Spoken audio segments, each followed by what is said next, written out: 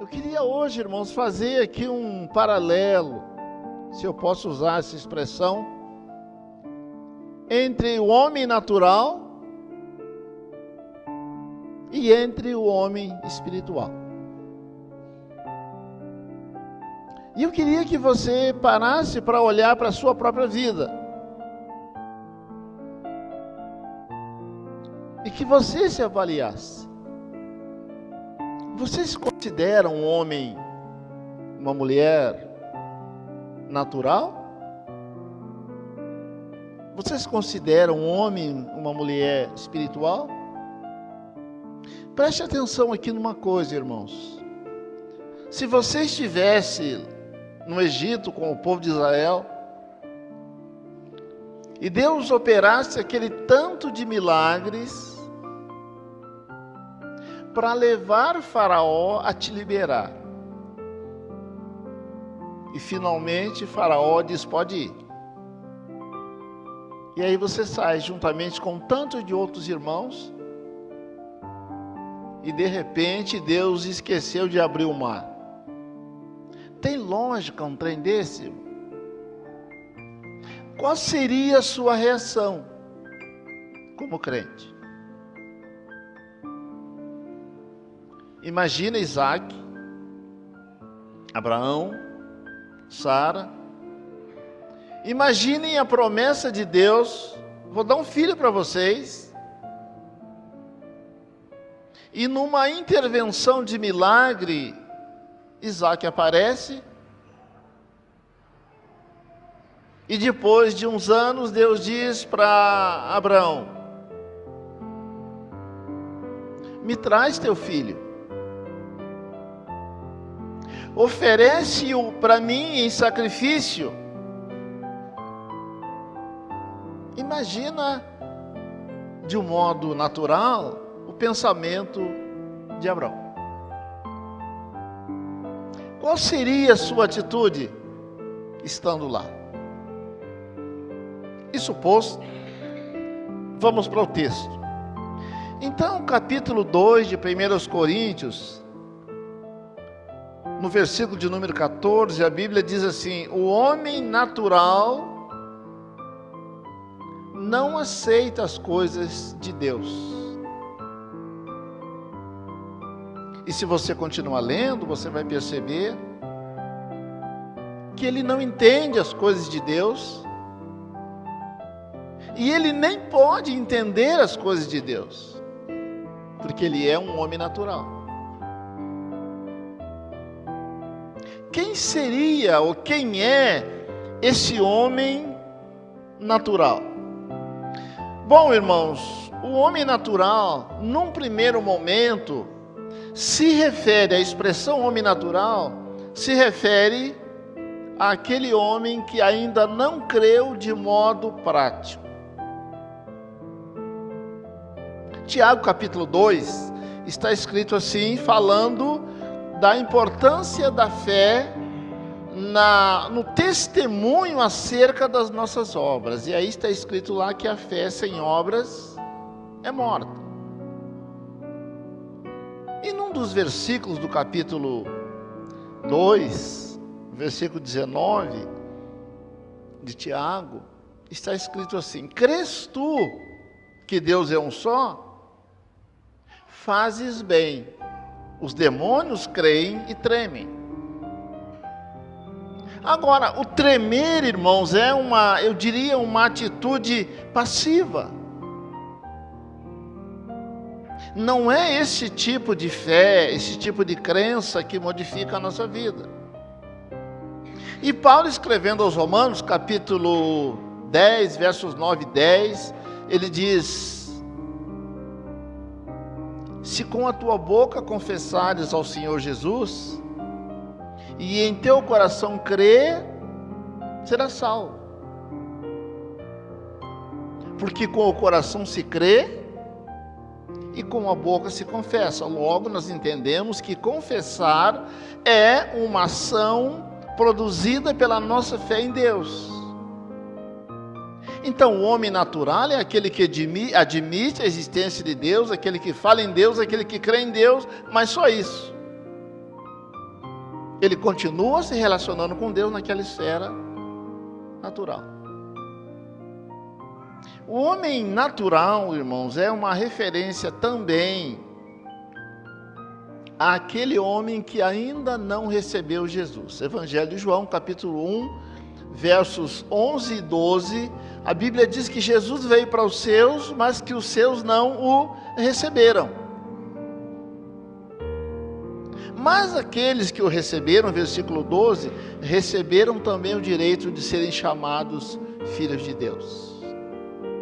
O homem natural, então, é aquele que ainda não recebeu Jesus. A expressão homem natural também se refere àquele que ainda não nasceu de novo. Jesus, conversando com Nicodemos, ele diz: olha, é necessário nascer de novo. E aí Jesus diz da água, que é uma alusão à palavra, e do Espírito. Então, o homem natural é aquele que ainda não nasceu de novo. Mas a expressão homem natural, preste atenção nisso, irmãos, também se refere àquela pessoa, ou pode se referir àquela pessoa que já creu de modo prático, que já recebeu Jesus, que já nasceu de novo, mas que fez opção por uma vida cristã rasa. Por aquele crente que fez a opção de viver na superfície do relacionamento com Deus. Então, a expressão homem natural, irmãos, ela engloba também esse tipo de pessoa, não é? Preste atenção no que foi dito, irmãos, para Josué. Medita nesse livro dia e noite. Quando Josué foi chamado para tomar o lugar de Moisés, que havia morrido, Deus falou com ele e disse: olha, Josué, eu vou cuidar de você, eu vou estar contigo, eu vou fazer contigo o mesmo que eu fiz com Moisés, mas seja forte, seja corajoso, e mais do que isso, medita nesse livro da lei, todos os dias. Pensa na sua realidade. Qual tem sido a sua realidade, a minha realidade no quesito relacionamento com a palavra de Deus? Se a gente continuar olhando, irmãos, Paulo a Timóteo, ele diz assim: olha, Timóteo, torna-te um padrão dos fiéis. Medita nessas coisas e nelas ser diligente para que o teu aproveitamento a todos se manifeste. Então, Paulo está aconselhando Timóteo a gastar tempo meditando na palavra.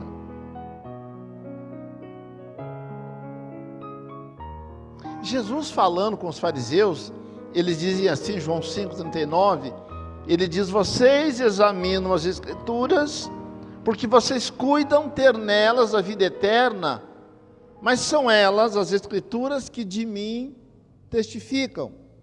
Então, irmãos, o maior testemunho sobre Jesus nós encontramos na palavra. Então, conhecer Jesus, conhecer sua vontade, conhecer seus projetos para a minha vida, está relacionado com o conhecimento da palavra, com o estudo da palavra. Paulo, escrevendo aos Coríntios, ele diz que nem olhos viram, nem ouvidos ouviram o que Deus tem preparado para os que o amam. E se nós não nos dedicar ao estudo da palavra, nós não vamos perceber essas coisas. E como eu disse aos irmãos, nós vamos viver uma vida rasa, uma vida na superfície, e nós vamos perder o brilho da vida cristã. Então, homem natural também se refere a alguém que tem uma vida rasa em relação a Deus. Eu queria dizer uma coisa para vocês aqui. Alguém pode abrir para mim João capítulo 16, versículo de número 13. Evangelho de João, capítulo 16, versículo 13. Quem pode ler, por gentileza? Evangelho de João, capítulo 16, versículo de número 13. Então Jesus, dizendo para os discípulos: olha, eu vou para o Pai. Eu preciso ir para o Pai. Mas oportunamente eu vou voltar. Eu vou preparar lugar. E ele diz: olha, eu vou deixar o Consolador. Ele vai ficar com vocês, da minha parte. E aí preste atenção, irmãos. O Espírito da verdade virá, disse Jesus. E Ele mesmo vai vos guiar em toda a verdade. Isso quer dizer, irmãos, preste atenção, quem é que precisa de direção? Você vai dizer quem está parado? Não. Quem precisa de direção é quem está procurando informação, quer achar o lugar certo. Então, o que eu quero entender com isso é que a direção do Espírito de Deus vai vir para a vida daquela pessoa que está envolvida em procurar a vontade de Deus, em procurar o direcionamento de Deus. É na vida deste cidadão que o Espírito de Deus vai agir para mostrar onde está a verdade, para mostrar onde está a vontade de Deus, para mostrar qual a decisão tomar. E os irmãos sabem que muitas vezes a gente toma as direções de acordo com as nossas avaliações. Hebreus capítulo 5, vamos para lá. Hebreus capítulo 5.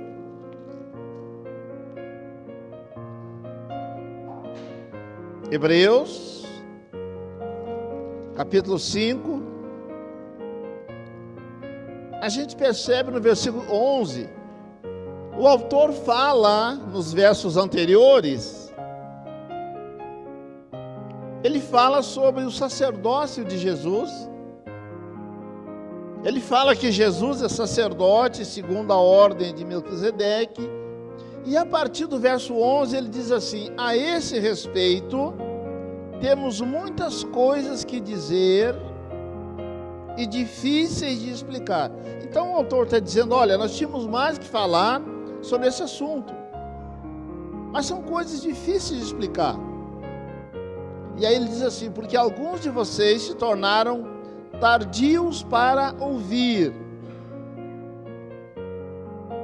A expressão tardio para ouvir significa ausência de diligência no estudo e na meditação da palavra.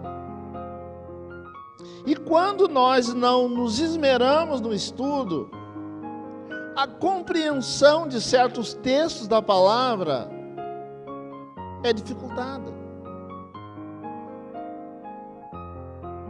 Vocês vão perceber no capítulo 2 de Romanos, digo melhor, de Coríntios, que nós observamos, aparecem algumas palavras, aparece, por exemplo, a palavra perscrutar. E quando nós estamos lendo, numa simples leitura, nós não vamos entender o significado. E aí, o que tem que fazer? Eu preciso de um dicionário, eu preciso de um caderno, eu preciso de uma outra tradução da Bíblia para poder entender. E isso vai me dar conhecimento, e isso vai aumentar o meu relacionamento e entendimento da palavra. Então, irmãos, a naturalidade está ligada à naturalidade com que eu me relaciono com a palavra. E Jesus disse: são elas as Escrituras que testificam a meu respeito. Então, o texto diz aqui, voltando para Coríntios, que o homem natural não pode compreender as coisas de Deus porque elas se discernem espiritualmente. O que a Bíblia diz, irmãos, é que nós precisamos de uma chave própria. Cada cadeado tem o seu segredo. Cada cartão hoje, não só cartão, mas as nossas relações aí nas redes sociais precisam de uma senha. Então, entender as coisas de Deus, elas precisam também de uma senha compatível com a palavra. E foi por isso que Deus nos deu o Espírito Santo, para que nós pudéssemos mudar a nossa maneira de pensar. O texto diz que o homem natural, ele não pode entender as coisas de Deus, porque elas se discernem espiritualmente.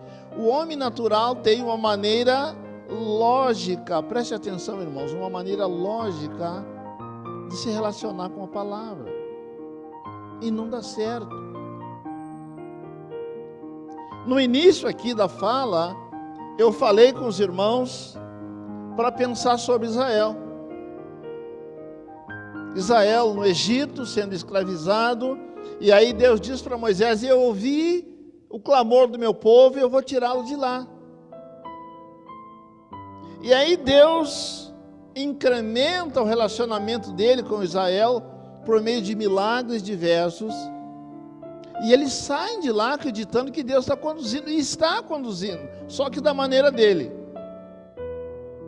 E pela lógica do povo de Israel, todo o caminho tinha que estar livre. Então, se não faria sentido Deus tirar o povo de lá, como alguns disseram, para morrer aqui, porque a lógica humana dizia isso. Se o mar está fechado, vocês vão morrer no mar. Se o mar está fechado, Deus não está com vocês. Isso é lógico. E o povo começou a clamar a Deus, o que é lógico fazer também. O que a gente faz quando tem um problema? A gente clama, e o Rogério estava dizendo. Nós ficamos desesperados. E a gente fica tão desesperado, e a gente pensa naturalmente, e naturalmente a gente esquece de tudo aquilo que Deus já fez até aquele momento. O povo de Israel murmurou porque agiu de um modo natural diante de uma situação que Deus criou para mostrar o poder dele. Foi ele que criou. Não é que Deus esqueceu, me esqueci de abrir o mar. Não, fazia parte do projeto. E aí, irmãos, a palavra de Deus diz que, Paulo dizendo que aquele que começou uma boa obra, eu estou tirando agora o princípio desse texto, ele vai aperfeiçoar. Então, se Deus está contigo no começo do teu projeto, Ele não vai te abandonar no caminho. Ainda que coisas absurdas aos nossos olhos aconteçam. E foi um absurdo para o povo de Israel. E para a gente também, se nós estivéssemos lendo o texto, e nós parássemos com o mar, sem ler o que aconteceu depois, nós íamos dizer, mas que absurdo. Aos nossos olhos, sim. Da mesma maneira, Deus dá um filho para Abraão e Sara, baseado na promessa dele, e de repente Deus pede esse filho. Irmão, não faz sentido? Naturalmente não faz sentido. E existem coisas na sua vida, talvez já aconteceu coisas que não faziam sentido nenhum. A não ser quando a gente muda o olhar e a gente encara as coisas de Deus de modo espiritual. Aí a gente entende.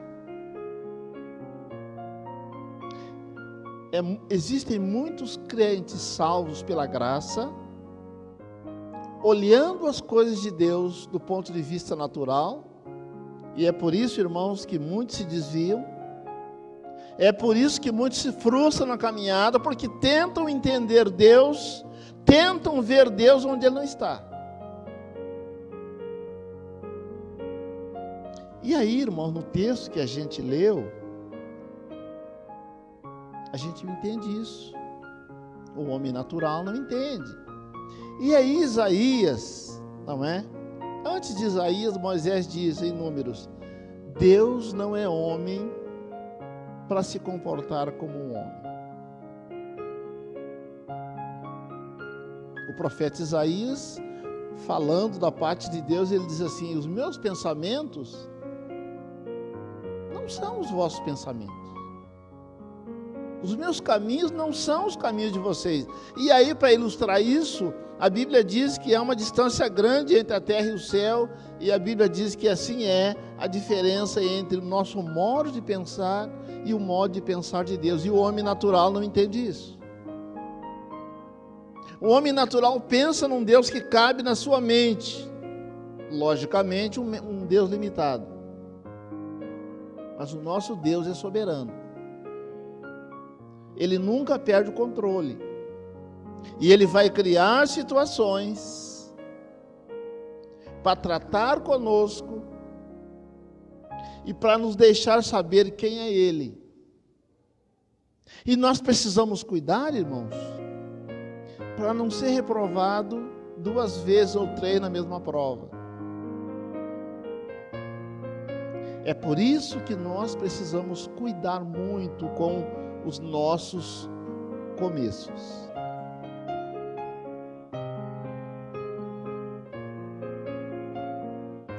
Quando Samuel foi ungir um rei, ele teve uma experiência, apareceu um cidadão e Deus disse: não é ele. Não atente para a sua aparência, porque Deus olha para o coração. Nós olhamos para a aparência e nos impressionamos com a aparência. No texto de 1 Coríntios, o apóstolo Paulo diz assim: disso também falamos, não em sabedoria humana, porque o povo da cidade de Corinto era um povo dado a filosofias. Era um povo que avaliava as pessoas pelo seu nível intelectual. E Deus não trabalha dessa maneira. E nós precisamos entender dessa maneira, porque senão o peso da vida cristã se torna maior. O homem natural não compreende as coisas do Espírito de Deus. Tiago capítulo 1, verso 22 e verso 25. Eu gostaria que alguém me ajudasse na leitura. Tiago capítulo 1, versos 22 e 25. Quem pode ler, por favor? Tiago 1, 22 e 25.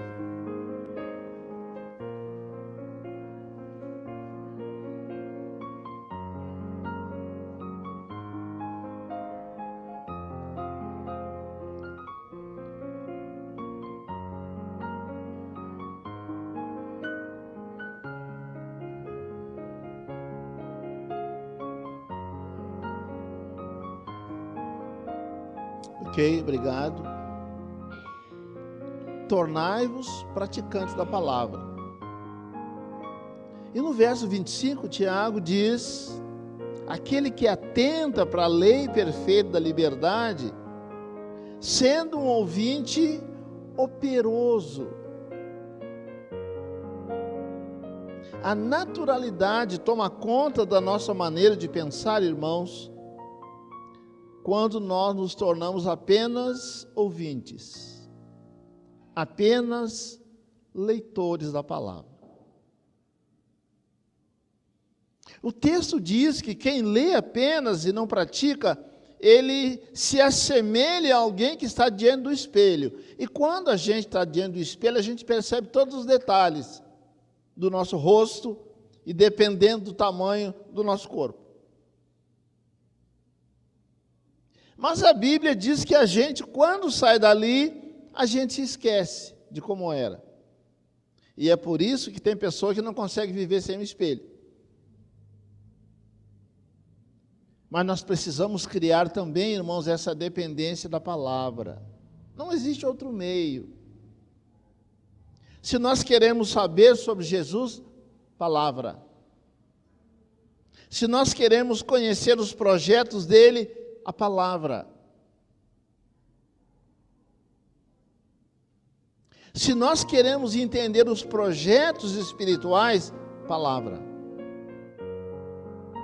E se nós quisermos desenvolver uma vida de intimidade com Ele, palavra. Não existe outro meio. E nós vivemos, irmãos, numa vida tão pressionada, de todos os lados. E aí nós aderimos a uma vida natural. É natural vir à igreja 2, 3 vezes por semana, às vezes uma vez só, é natural. Como é natural também não termos tempo para nos dedicar ao estudo e à meditação da palavra, é natural. E aí torna-se também natural a nossa caminhada. E aí, por causa disso, nós desenvolvemos, irmãos, uma vida superficial. A palavra de Deus diz, e eu quero com isso caminhar para o final, a palavra de Deus diz, o Salmo diz que a intimidade do Senhor é reservada para aqueles que o temem, aos quais Ele dará a entender, a conhecer as suas alianças. Então, irmão, na nossa caminhada nós vamos enfrentar muitas situações que nós não entendemos, com as quais nós nem concordamos. Mas Deus quer que nós cheguemos num nível de relacionamento com Ele, em que a gente vai entender o que Paulo diz aos Romanos. Não vos conformeis com esse mundo, e tal, para que experimenteis a vontade de Deus, que para você e para mim, embora diferente do que nós escolhemos, é perfeita. Então o nosso desafio hoje, irmãos, esta palavra, é para que nós nos dediquemos a entender isso. E nós cantamos, haja o que houver, sempre será Deus. Ele não vai deixar de ser Deus por uma frustração minha, por uma discordância minha com o que Ele está fazendo. Ele é Deus e Ele vai continuar sendo Deus. E para entender isso, e para usufruir dessa bênção, eu preciso me tornar um homem natural, no sentido de me tornar cheio do Espírito. Diz a palavra, Paulo aos Efésios, não vos embriagueis com vinho em que há dissolução, mas enchei-vos do Espírito. E é esta situação que vai me permitir enxergar as coisas de um outro prisma, não apenas da ótica natural. A palavra de Deus diz no versículo 14 de 1 Coríntios, o homem, digo melhor, 15, o homem espiritual julga todas as coisas, compreende todas as coisas, ou tem a possibilidade de compreender essas coisas, porque o Espírito de Deus que nele opera, vai capacitá-lo a entender aquilo que muitas vezes não é claro aos nossos olhos. Hoje de manhã, nós estudamos na escola dominical sobre levar as cargas uns dos outros. Mas aprendemos também que cada um tem que levar o seu próprio fardo. E vir na escola dominical é importante. Qual a diferença entre carga e fardo? As palavras no original se referem a coisas diferentes. E aí hoje de manhã nós exemplificamos isso. E quem é do interior, ou quem conhece a vida rural, vai entender que muitos proprietários, né, de cavalos e bois, eles compram feno para tratar dos animais. E o feno é comprado em fardos. porções mais ou menos pequenas. E aí, o proprietário compra um caminhão, uma carga de fardos. Então, uma carga é dividida em fardos. E a palavra fardo, no original, se refere àquela mochila que cada soldado tem que carregar. Então, todo soldado é obrigado a carregar, senão ele não pode ficar no exército. Mas um soldado não pode carregar sozinho a mochila de todos. Então, a palavra de Deus ensina que eu posso ajudar meu irmão a levar a carga dele. Mas onde é que eu quero chegar? Nem toda carga é visível. Às vezes a pessoa que está aí do seu lado está sobrecarregada com um fardo, com uma carga não visível aos nossos olhos. Só um envolvimento com essa pessoa vai perceber que ela tem um peso e que eu posso ajudar. Mas tem um detalhe, irmãos, nos envolver com pessoas é complicado. E eu me lembro de uma experiência que alguns tiveram quando foram entregar os cobertores. Uma senhora da rua pediu para sair da rua. Eu quero sair da rua, me tira daqui, por favor. Fazer o que agora? Era melhor jogar o cobertor e não conversar com ninguém. Envolvimento implica em responsabilidades. O próprio envolvimento com Deus implica também responsabilidades. E aí a Bíblia diz que para quem muito é dado, muito vai ser cobrado. Então, às vezes, nós optamos por esse relacionamento raso com Deus, porque aí também eu não entendo muita coisa e fica assim mesmo. Então, irmãos, que nós possamos querer buscar um relacionamento mais profundo com Deus.